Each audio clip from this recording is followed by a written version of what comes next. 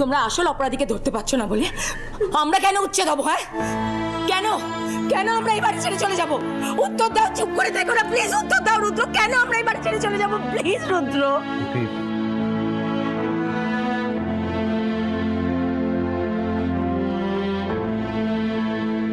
আচ্ছা, আমরা সবাই ওই প্রমিলা লাহার দিকে ইঙ্গিত করছি তো, কিন্তু উনি সোনাটা পাবেন কোথা থেকে?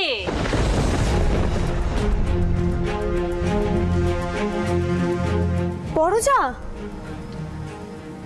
তুমি এখনো এই কথাগুলো কি করে বলতে পারছো? কি জাদু করেছে উনি তোমার উপরে? বলো তো, কি জাদু করেছেন উনি? উনি উনি এই কাজগুলো করাচ্ছে, তুমি বুঝতে পারছো না? পুলিশ দাদার উচিত এক্ষুনি ওনাকে হাজতে নিয়ে যাওয়া আর ওনাকে দিয়ে সমস্ত অপরাধ স্বীকার করানো। তুমি বুঝতে পারছো না? কোন অপরাধে ওনাকে অ্যারেস্ট করা হবে আমাকে বলো তো। উনি শুধু একটা মৌখিক অফার দিয়েছিলেন, একটা ভার্বাল অফার। তারপর দুজন গুন্ডা আমাদের দোকানে আসে। চলো আমি মানলাম সেই দুজন গুন্ডা প্রমিলা লাহার লোক, কিন্তু তারাই বা কি করেছে? They didn't even break a thing. তো কোন বেসিসে অ্যারেস্ট করা হবে বলো তো?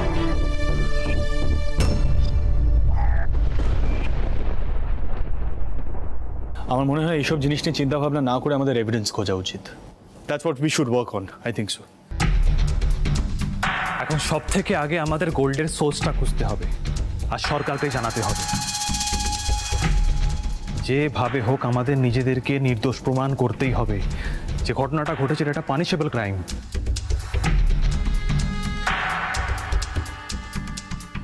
আচ্ছা, আমি সবাইকে রিকোয়েস্ট করবো যে যত তাড়াতাড়ি সম্ভব নিজের জিনিসপত্র গুছিয়ে নিন।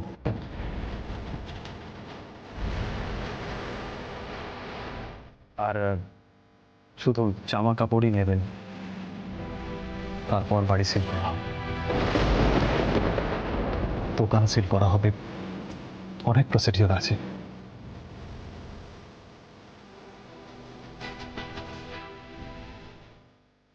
দাদাই দাদাই দাদা, এবার উঠো। আপনি রাজীবদের বাড়িতে চলে যান, বাকিটা আমরা সামলে নেব। আর ঠাম্মা তো বোধহয় মন্দিরে গেছেন, আমরা ঠাম্মাকে ওখান থেকেই পিক করে নেব।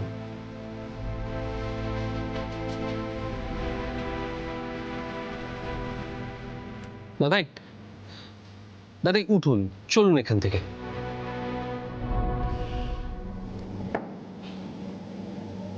যা ঘটেছে তাতে আমাদের একটা বড় বদনাম হবেই।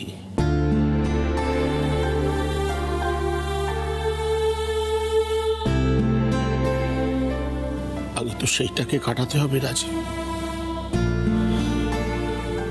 আর তোমাদের উপরও কিন্তু অনেক নজর থাকবে।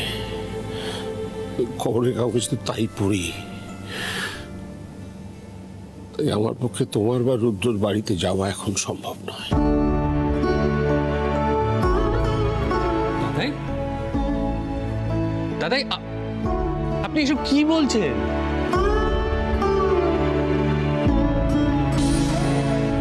বদনামের ভয়ে আমরা দূরে সরে থাকবো দাদাই? এসব কথা আপনি ভাবলেনও কি করে দাদাই? আপনি উঠুন তো, আপনি উঠুন। বৌদি শ্রী এসব কথা শুনলে কি করে ভাবতে পারছেন?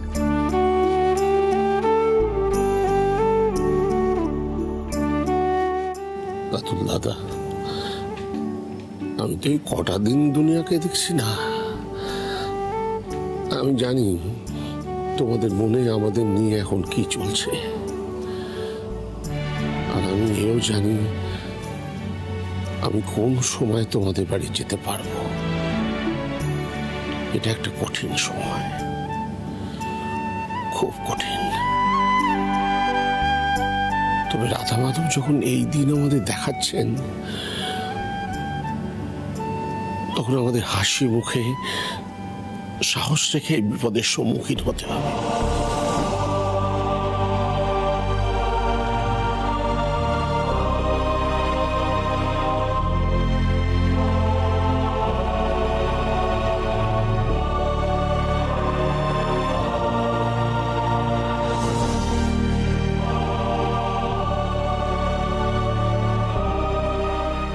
দাদু ভাই,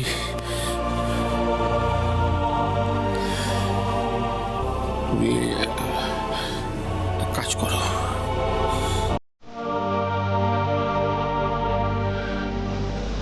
কদিনের জন্য একটা ভাড়া বাড়ি দেখো।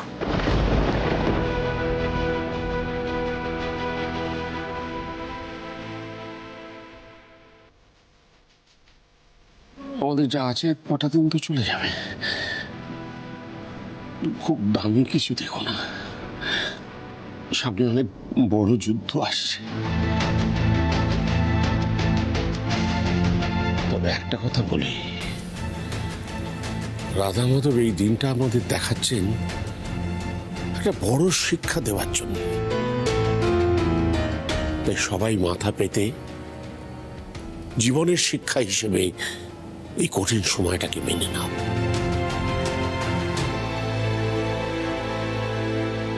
আই ডোন্ট বিলিভ দিস দাদাই।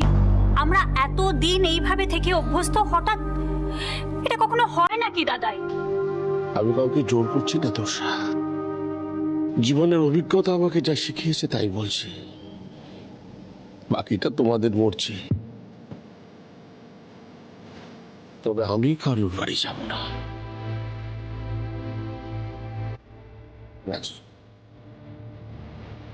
রাতুল, বুঝছো, হ্যাঁ দাদাই। তোমরা আমার গর্ব, কিন্তু আমার দিকটা একটু বোঝো।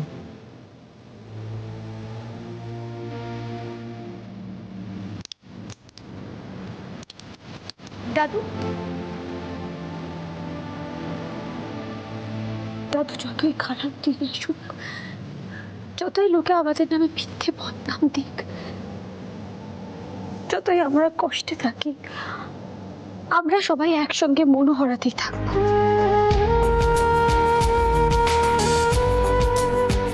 যেখানেই যাই না কেন আর একটা মনোহরা তৈরি করে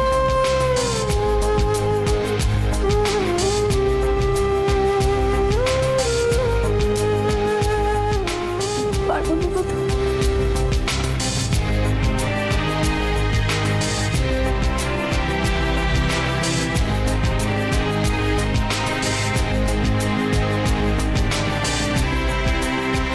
Cheers for Modak family. Hooray! Hooray! Hooray!